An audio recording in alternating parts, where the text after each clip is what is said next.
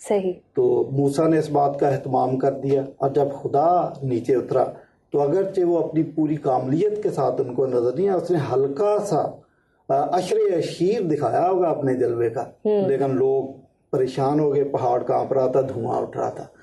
لوگوں نے موسیٰ سے باقاعدہ طور پر کہا کہ آئندہ کو ہم خدا سے براہ راست نہیں کچھ سننا چاہتے، نہ دیکھنا چاہتے ہیں، آپ کے تھرو سننا چاہتے ہیں. تو استثناء 18ویں باب میں ہم دیکھتے ہیں کہ خدا نے موسیٰ سے کہا کہ کوہ حورب پہ جو واقعہ پیش آیا تھا اسی کے تناظر میں اب میں تیرے بھائیوں میں سے تیری مانند ایک نبی برپا کر دوں گا. تو دراصل وہ کیا کہہ رہا تھا؟ خدا ان سے یہ کہہ رہا تھا کہ خدا ہی آئے گا زمین پر، لیکن انسانی شکل میں آئے گا، اور اب وہ انسانی شکل میں آ گیا تھا. تو میں سمجھتا ہوں کہ پھر اگر انسانی شکل میں آ گیا تھا تو یہ چیک کرنا ضروری تھا کہ میں جس مشن کے لیے آیا ہوں اور جو میری شخصیت ہے، کیا ان کو اندازہ ہے کہ میں کون ہوں.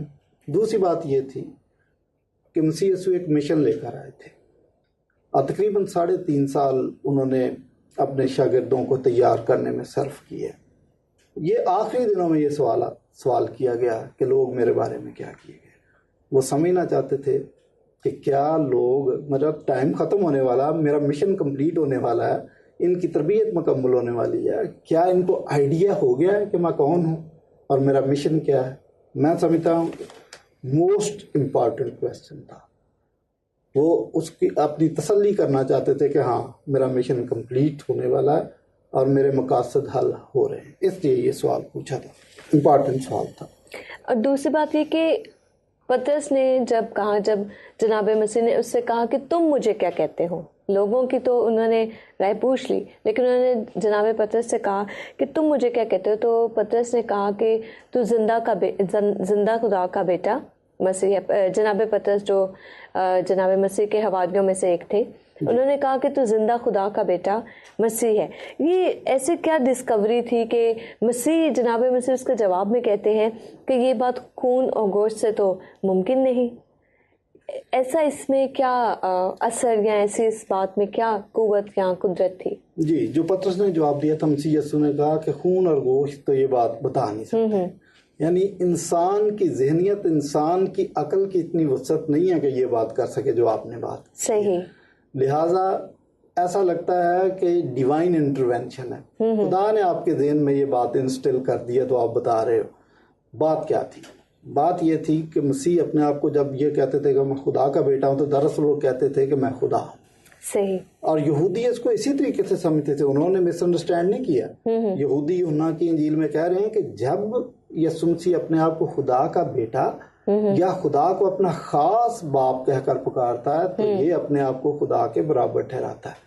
وہ سمجھ رہے تھے کہ یہ کیا کر رہا ہے. تو مسیح یسوع اسی وجہ سے اپنے آپ کو براہ راست خدا نہیں کہتے تھے، بلکہ کہتے تھے خدا کا بیٹا. بات اگرچہ ایک ہی ہے کہ کسی کو آپ کہہ لیں شیر ہے یا آپ کہہ لیں کہ یہ شیر کا بچہ ہے، بات ایک ہی ہے. تو مسیح یسوع جان بوجھ کر بجائے اس کے کہ براہ راست کہیں کہ میں خدا ہوں، وہ کہتے تھے میں خدا کا بیٹا ہوں، کیونکہ وہاں پہ یہ تھا کہ یہودیوں کے نزدیک اگر آپ نے خدائی دعویٰ کر دیا میں خدا ہوں تو وہ کفر کا فتویٰ لگا کے آپ کو سنسار کر دیں گے، تو مسیح کا مشن کمپلیٹ نہیں ہوگا.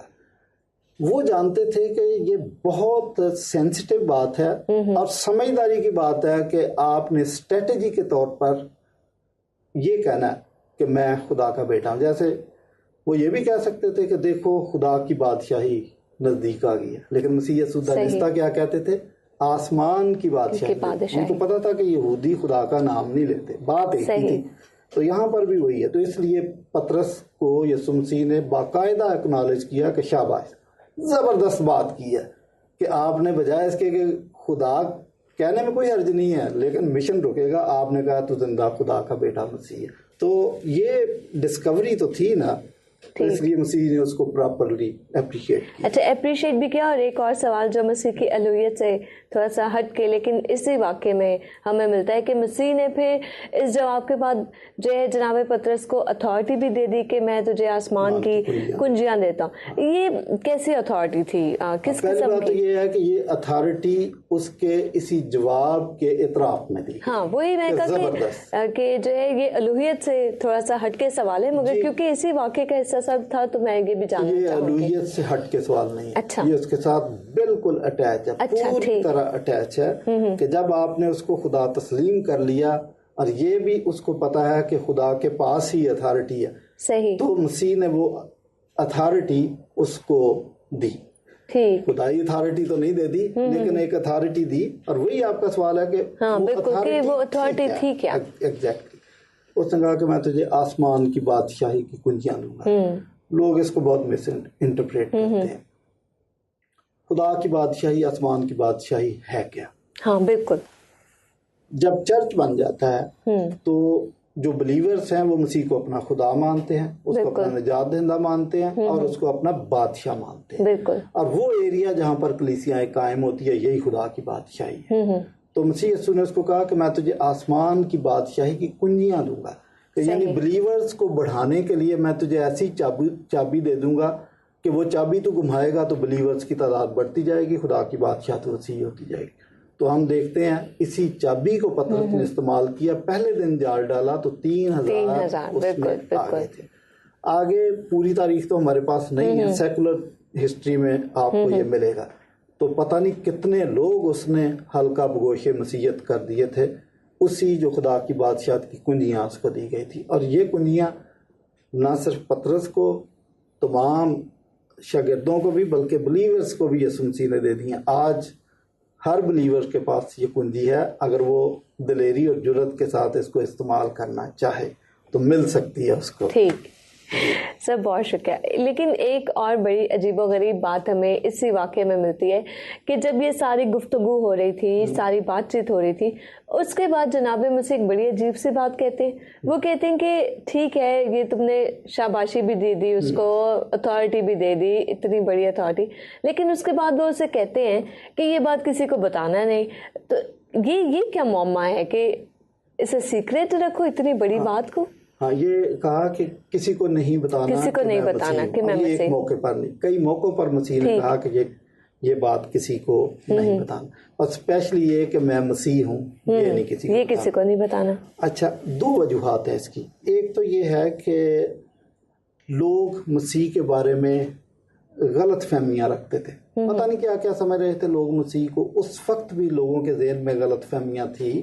مثلا پچھلے پروگرامز اگر آپ کو یاد ہیں تو وہ یسوع مسیح کو ایک جنگجو سمجھ رہے تھے. جی بالکل. اور یہ کہ وہ ہمیں بادشاہی دلا دے گا, لڑائی کرے گا, پتہ نہیں کیا کیا فریم بنائے ہوئے تھے کہ وہ ہم اس ہر فریم میں مسیح کو فٹ کرنے کی کوشش کریں. مسیح یسوع جانتے تھے, اس لیے وہ یہ چاہتے تھے کہ جب تک میری ٹریننگ تربیت مکمل نہ ہو جائے اور ان کو مکمل طور پر اس بات کا پتہ نہ چل جائے کہ مسیح ہے کیا, ٹھیک, جب مکمل طور پر ان کو یہ میری ذات کا احاطہ کر لیں گے تو پھر بتائیں.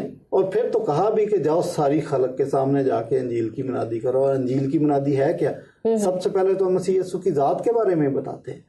تو جب تک یسوع مسیح کی ذات کے بارے میں ابہام ہے تو اس وقت جا کے اگر آپ غلط سند بتانا شروع کر دیتے ہیں تو اس کی اجازت نہیں ہے. اور ابھی بھی آپ دیکھیں گے کہ بہت سارے لوگ جن کو مسیح کی ذات کا مکمل احاطہ نہیں ہے, غلط سلط چیزیں وہ بتا رہے ہیں, عوام کو بتا رہے ہیں جی کہ مسیح ایسا تھا اور مسیح کی شادی بھی کرایا جائے, اور پتہ نہیں کیا کیا مسیح کے بارے میں بتاتے ہیں. بہت ساری ہیریسیز مسیح کے بارے میں. اس کا جسم اصلی نہیں تھا, وہ تو ایک ہیولا سا نظر آتا تھا. اور کوئی کہتے ہیں کہ بپتسمے کے وقت ہی نجات ہو گئی تھی, اور کوئی کہتے ہیں کہ بپتسمے کے وقت خدا کی ذات اس کے اندر آ گئی تھی, سلیپ کے وقت اس کی ذات اس میں سے نکل گئی تھی, وہ انسان رہ گیا تھا, وغیرہ وغیرہ. تو اس لیے مسیح یسوع کہہ رہے تھے کہ جب تک کمپلیٹ انفارمیشن آپ کو نہ مل جائے, آپ کی تربیت مکمل نہ ہو جائے, آپ میری ذات کا احاطہ مکمل نہ کر لیں, نہ بتائیں کسی کو. دوسری بات کہ مشن کی کمپلیشن لازمی تھی, کہ پہلے سے بتا دیں کہ مسیح ہے اور مسیح اس کام کے لیے آیا تو یہودی اور رومی اور ابلیس اور بہت سارے لوگ مخالفت شروع کر دیں گے.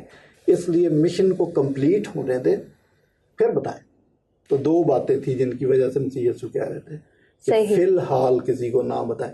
آپ اس کے ساتھ فی الحال لگائیں. مطلب یہ کوئی پرماننٹ نہیں تھا کہ نہیں 2000 سال بھی گزر جائیں تو بالکل نہیں بتانا کسی کو. یہ بات نہیں تھی. فی الحال کسی کو نہ بتائیں جب تک مشن کمپلیٹ نہیں ہوتا. صحیح. یہ بالکل ایسے ہی ہے کہ کسی کو جو ہے جیسے کوئی ڈاکٹر بن رہا ہو اور اس کا پروفیسر اس کو منع کرے کہ بھئی ابھی تم ڈاکٹر بنے نہیں ہو, جب تم پورے ڈاکٹر بن جاؤ گے تب کسی کو دوائی کی پرسکرپشن دینا, تب تم علاج شروع کرنا, مگر ابھی نہیں. ایگزیکٹلی. اب ایک MBBS کا اسٹوڈنٹ ہے, 5 سال کی تربیت ہے, فرسٹ ایئر میں اسٹوڈنٹ پڑھ رہا, وہ کہ جی حیدرآباد میں دل کے موضوع پر لیکچر دینے جا رہا ہوں, تو اس کو ٹیچر منع کرے گا ابھی تیرے کو کیا پتا تو دل کے موضوع پر جا کے لیکچر دینے. بالکل.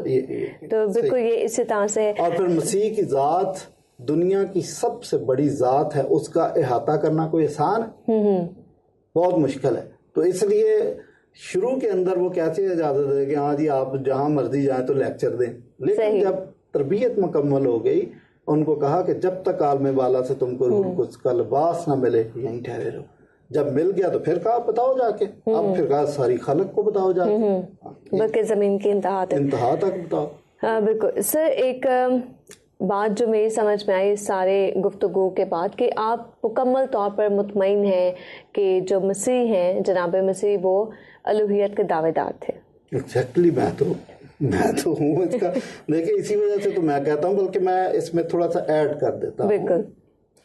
کہ یوحنا کی انجیل میں مسیح یسوع نے ایک بہت خاص بات کہی. اس نے کہا کہ خدا اپنے آپ میں زندگی رکھتا ہے, اسی طرح بیٹا یعنی یسوع مسیح بھی اپنے آپ میں زندگی رکھتا ہے. شاید اردو میں جب میں بتا رہا ہوں تو آپ کو صحیح سمجھ نہ آئے. انگریزی میں اس کے لیے لفظ ہے کہ self existent. Jesus was self existent. Self existent کو آپ اس طرح سمجھ لیں کہ مرغی جب اس کا بچہ پیدا ہوتا ہے تو اس کے لیے انڈا درکار ہے. انسان کا بچہ جب پیدا ہوتا ہے تو اس کے ماں باپ ہوتے ہیں جن کے ذریعے وہ بچہ پیدا ہوتا ہے. پودا کوئی اگتا ہے تو اس کے لیے بیج کی ضرورت ہوتی ہے. لیکن مسیح یسوع سیلف ایگزسٹنٹ اس لیے ہے کہ اس نے زندگی کسی سے مستعار نہیں لی. تو یہی خدائی دعویٰ ہے. سیکنڈ چیز کہ خدا کسی کا خدائی یہ کیفیت ہے, یہ ایٹریبیوٹ ہے کہ وہ کسی کا نام بدل سکتا, اس کے پاس یہ اہلیت تھی.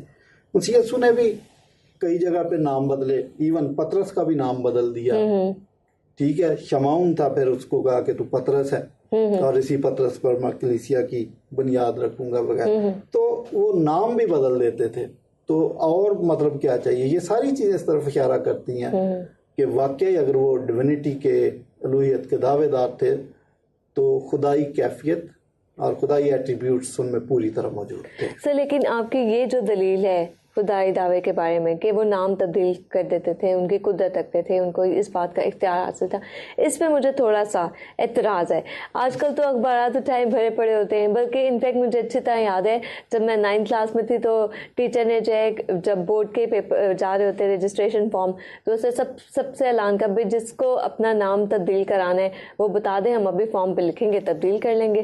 تو یہ جو آپ نے ابھی جو آخر میں جو ایک دلیل اس بارے میں دی ہے وہ ذرا سی کمزور سی معلوم ہوتی ہے, نام تبدیل والی. کہ اخبار میں آتا ہے کہ میں اپنا نام بدل رہا ہوں, پہلے رفیق تھا اب رشید ہو گیا ہوں یا جو بھی. دیکھیں آپ نے میری بات پوری نہیں سنی. اگر آپ میری بات پوری سن لیتے نا تو شاید یہ سوال کرنے کی ضرورت نہ پیش. اینی آپ نے سوال پوچھا ہے. ایک شخص تھا, لوگ اس کو بدھو کہتے تھے. ٹھیک. اس نے کہا یہ بہت بری بات ہے, لوگ بدنام کرتے ہیں, سنگت جگہ چھوڑ دو. جگہ چھوڑ کے وہ تیسرے ضلع میں چلا گیا, ادھر رہنا شروع کر دیا, کہیں نوکری کی. تو جب نوکری کی تو ادھر اس نے اپنا نام جمیل بتایا. ٹھیک ہے. ایک دن کو کام الٹا کر دیا تو مالک نے ادھر بدھو ادھر آؤ. اس نے کہا یار ٹھیک ہے میں آ جاتا ہوں, بتاؤ میرا نام کس نے بتایا. اس نے کہا مجھے کسی نے نہیں بتایا, تمہارے کام سے پتہ چل جاتا. صحیح. خدا جب کسی کا نام بدلتا ہے تو وہ اس کی ذات بھی بدل دیتا ہے. ٹھیک. آپ جو مثال دے رہی ہیں نا کہ اخبارات میں لوگ اشتہار دیتے ہیں کہ میرا نام آج کے بعد جمیل نہیں بلکہ عرفان پکارا جائے مجھے. ذات نہیں بدل سکتے. ذات اگر کوئی بدھو ہے 100 میل پہ چلا جائے اس کے کام سے پتہ چل جائے گا بدھو ہی. لیکن مسیح یسوع ساتھ ذات بھی بدل دیتے تھے. پطرس کو شمعون اس کا نام تھا, کہا کہ تو پطرس ہے, تو اس کا نام جب بدلا تو اس کی ذات بھی بدل گئی. کہا کہ میں اسی پتھر پر کلیسیا قائم کروں گا.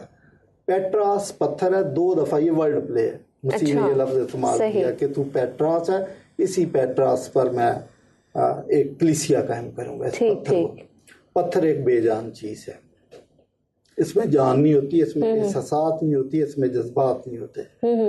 لیکن مسیح نے کہا کہ میں اس پتھر کو پارس بنا دوں گا, کہ یہ جس کو بھی چھوئے گا یہ اس کو سونا بنا دے گا, یہ اس کو ڈائمنڈ بنا دے گا. اور پطرس واقعہ جس شخص کو, ایک غیر قوم کے شخص کو چھوتا تھا, وہ پارس بن جاتے تھے, سونے سے پارس بن جاتے تھے, پتھر سے پارس بن جاتے تھے.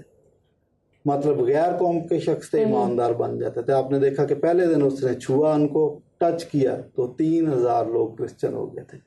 تو یہ جو کیفیت ہے, یہ تو بندہ وہ تھا جس نے 3 دفعہ مسیح کا انکار کر دیا تھا. بالکل. اور آپ کو پتا ہے کہ یہی وہ شخص ہے جس کو مسیح نے کہا کہ اے پطرس, ابلیس نے تجھ کو مانگ لیا تاکہ گیہوں کی طرح پھٹکے, لیکن میں نے تیرے حق میں دعا کیا کہ تیرا ایمان نہ جاتا رہے. اس شخص کی نیچر کو چینج کر دینا کوئی آسان کام ہے, اور اس قدر نیچر چینج کر دی تھی. پہلے بزدل تھا, عورت کے کہنے پر بھی انکار کر دیا, لیکن جب نیچر چینج ہو گیا ہے تو اس نے کہا مجھے سیدھا نہیں بلکہ الٹا سلیپ دو. بلکہ عورت بھی وہ جو کوئی آتھورائز پرسن نہیں تھی, بلکہ صرف ایک لانڈی تھی. اور اس کی لانڈی کے کہنے پہ جو مثال دی ہے کہ لوگ نام بدل لیتے ہیں, بدلتے ہوں گے, لیکن کیا کوئی شخص نام کے ساتھ ان کی فطرت بدل سکتا ہے؟ یہ نہیں ہو سکتا. یہ کام صرف اور صرف مسیح کی ذات ہی کر سکتی. بالکل بالکل. لیکن ایک اور جو عجیب بات معلوم ہوتی ہے وہ یہ کہ جناب مسیح خود کو تو ابن آدم کہا کرتے تھے. ابن آدم کا مطلب آدم کا بیٹا یا آدم کی اولاد, نہ کہ خدا. ایسا کیوں؟ نہیں, وہ اپنے آپ کو خدا کا بیٹا بھی کہتے تھے. ٹھیک. اور مختلف طریقوں سے انہوں نے خدائی دعویٰ کیا کہ پیشتر اس سے کہ ابراہیم تھا میں ہوں, اور جو روٹی آسمان سے اتری میں ہوں کہتے تھے. لیکن آپ کی بات بھی درست ہے کہ وہ اپنے آپ کو اکثر ابن آدم کہتے تھے. لیکن یاد رکھیں کہ جب وہ ابن آدم کہتے تھے, اگرچہ ابن آدم کا مطلب وہی ہے جو آپ نے کہا کہ میں آدم کا بیٹا ہوں, میں کیتھولک نے ترجمہ کیا ابن البشر, ٹھیک, یا ایک خاکی انسان, یہ کہہ رہے تھے کہ انسان ہوں میں. لیکن جب وہ بات کرتے تھے تو وہ دراصل خدائی تعارف کرواتے تھے. ابن آدم اس لیے نہیں آیا کہ لوگوں کی جان لے, بلکہ لوگوں کو زندگی دے, اس لیے. اچھا, ابن آدم اونچے پر چڑھایا جائے گا, اور ابن آدم تو سبت کا بھی مالک ہے, ابن آدم کو تو گناہ معاف کرنے کا بھی اختیار ہے. تو آپ یہ دیکھیں, وہ کہتا تھا کہ میں ہوں انسان, لیکن میں ایسا انسان نہیں ہوں جو جیسے تم ہو. یہ انسان ایسا ہے کہ یہ گناہ بھی معاف کر سکتا ہے, یا دوسرے الفاظ میں کہ یہ جو انسان ہے اس کے پاس خدائی ایٹریبیوٹس ہیں. دوسری بات کہ ابن آدم کہنے کا یہ بھی مطلب تھا کہ میں ہوں تو خدا, لیکن انسان بن کے آیا ہوں. تو اگر آپ اس کو گہری نظر سے آپ دیکھیں تو ایکچولی یہ بھی خدائی دعویٰ ہے. صحیح. لیکن پھر ایک اور بات یہ پوچھ لینا, تم مجھے کیا کہتے ہو, اس پہ کچھ روشنی ڈالیے. اچھا, براہ راست جو اس سے پوچھا تھا, ہاں اس نے لوگوں کا تو بتا دیا جی, آپ کو ایلیا بھی کہہ رہے ہیں, آپ کو یوحنا بھی کہہ رہے ہیں, آپ کو نبی بھی کہہ رہے ہیں. تو پھر یسوع مسیح نے اس سے پوچھا تھا کہ تم مجھے کیا کہتے ہو. اس پہ کچھ روشنی ڈالیے. ٹھیک ہے, آپ نے اناجیل تو پڑھی ہیں, یہ صرف واحد یہی شخص نہیں تھا جس سے یسوع مسیح نے پوچھا تھا کہ تم مجھے کیا کہتے ہو.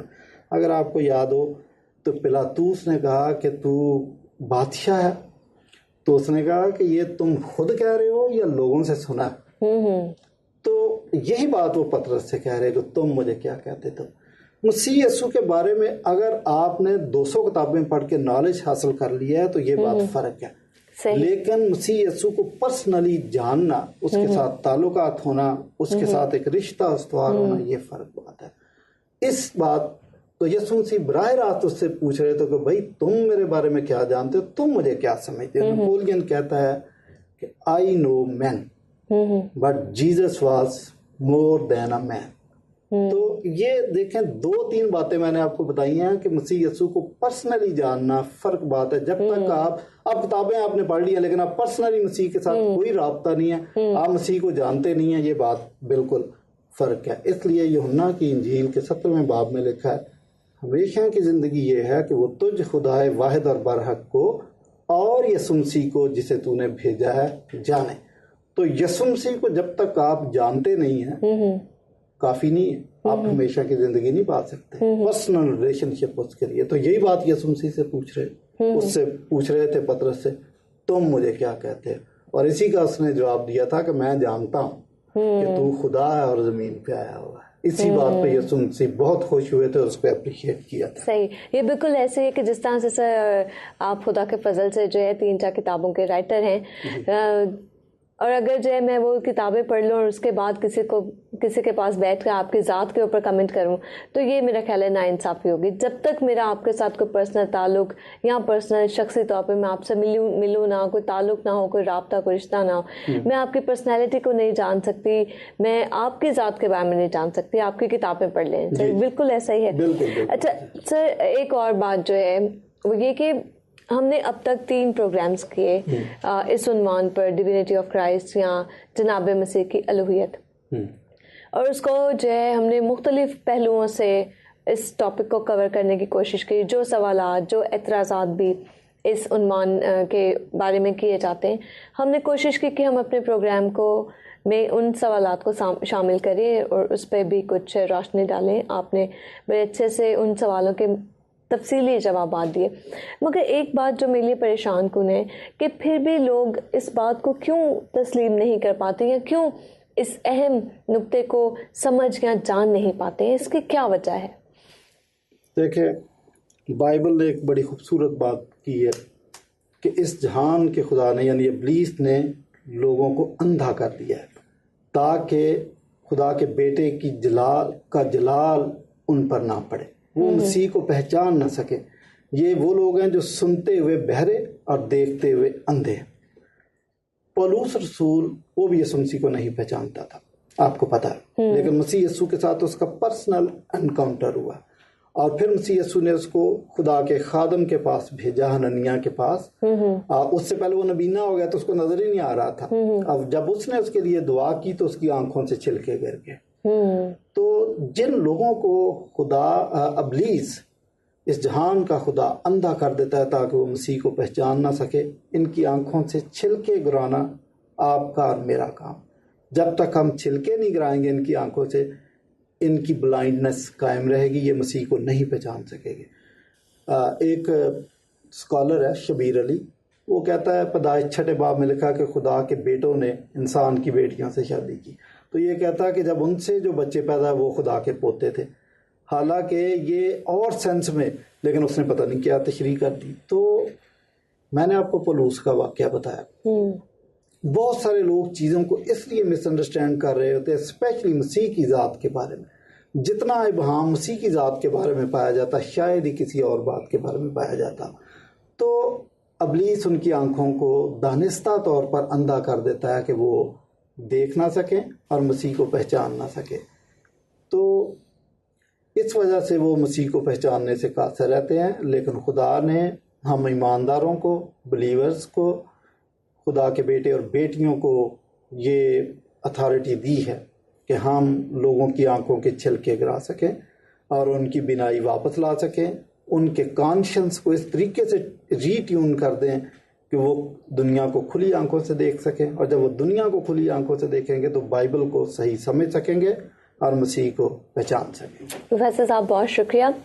اسی کے ساتھ معزز ناظرین آپ سے اجازت چاہیں گے, لیکن اس سے پہلے کہ ہم اپنے پروگرام کا اختتام کریں, جیسا کہ میں نے پہلے کہا کہ 3 پروگرامز ہو جانے کے باوجود بھی ہمارے پاس سوالات موجود ہیں, اور اگر اسی طرح سوالات اسی عنوان پہ ہمارے پاس آتے رہے تو مجھے یقین ہے سر ہم پھر سے اسی عنوان کو بیٹھے ڈسکس کر رہے ہوں گے. اسی کے ساتھ مجھے اپنی ہوسٹ ماریا فلیچر کو اور پروفیسر صاحب کو اجازت دیجیے. ہو سکتا ہے ہم جو اپنا اگلا آنے والا پروگرام ہے وہ بھی اسی عنوان کے متعلق کریں. تو اگر مسیح کی الوہیت کے بارے میں, ڈیوینٹی آف کرائسٹ کے بارے میں آپ کے ذہن میں کوئی بھی سوال ابھرتا ہے آپ ہمیں لکھ بھیجیے, کیونکہ ہمارا مقصد یہ ہے کہ ہم سچ کو جانیں, سچ کو کھوجیں اور سچ کو برداشت کرنے کی اپنے اندر ہمت پیدا کریں.